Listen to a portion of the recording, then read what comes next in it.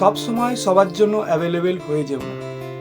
একটা জিনিস খেয়াল করে দেখবে, জামা কাপড়ের কোম্পানিগুলো যখন সেল দেয় দেখবে নিচের দিকে লিখে দেয় যে সীমিত সময়ের জন্য। অর্থাৎ ওই জামা কাপড়গুলো যখন তুমি কিনবে তখন কম দামে কিনতে পারবে। কিন্তু কোম্পানিগুলো কেন সারা বছর সেল দেয়? তাতে কি কোম্পানিগুলোর ভ্যালু কমে যায়? না। লোকে হয়তো ভাবতে শুরু করে এই কোম্পানির জিনিসগুলো হয়তো কেউ কেনে না, তাই তারা সারা বছর সেল দেয়। মানুষের সাইকোলজিও ঠিক এই রকমই। যেই মানুষ সব সময় সস্তা হয়ে যায় তাকে অন্য কোনো মানুষগুলো সেম একই রকমভাবে গুরুত্বহীন বলেই মনে করে। আর বন্ধুরাই তখন তোমাকে বেকার ভাবা শুরু করবে এবং গুরুত্বও দেবে না। তাই যদি নিজের জীবনে সাকসেসফুল হতে চাও তাহলে নিজেকে সেই সীমিত সময়ের ক্যাটাগরিতেই রাখতে শুরু করো।